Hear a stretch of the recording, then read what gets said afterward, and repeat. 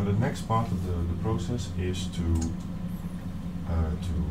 set the configuration for the actual optimization. And in a way, this is the most difficult part. So there are a few things that you cannot change in this window, and one is the calorimeter cell volume, but because you always use the same I2C anyway, you shouldn't have to change that. These are a few numbers that dictate how the pseudo-random number generator starts. Also, that's not something that needs to be changed. The key thing here is the annealing scheme, and that gives you the virtual temperature that you use for the simulated annealing. And this is actually quite difficult to find the right values, and normally you need to try a few times until you have reasonable numbers. The key thing is the initial temperature for the simulated annealing, and it turns out that that value that you should start with the value that you get here. It should be more or less the same as the sum of the square deviations divided by degrees of freedom at the end of the fit.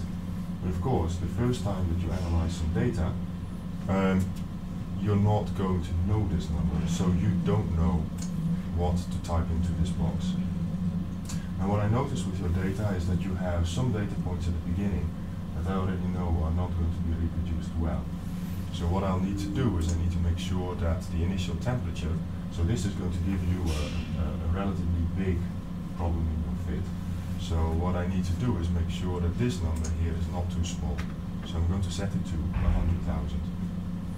And the number of steps for each temperature, we'll see later. It's better to have a lot of steps at each temperature, but especially for a first optimization, we'll set it to a relatively low number, 2000 in this case.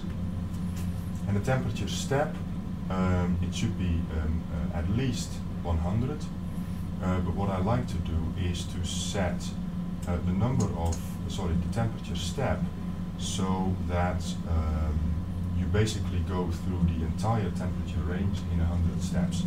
So what that means is that in this case, I would set the temperature step to 1000 because the initial temperature itself is 100,000.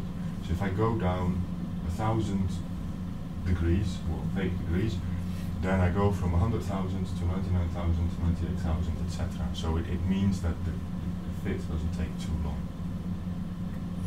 So we're going to try these parameters.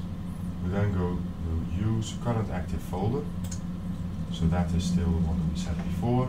We can leave this because the injection volumes were in microliters, and as long as we are okay with getting the results in kilocalories per mole, we can leave this to 10 to the power minus 6 as well. But if you want to move everything into microjoules, you can write 4.186 times 10 to the minus 6, because what the software does, it simply multiplies the heat effects by that number. Changiness, it's a parameter, you can use it, but we can just leave it to 1. It's a bit of an obscure parameter. If we now press write I2CITC.config, if we go to the folder where the software is running, we now see that this file has just been created now, and that's because it has been updated.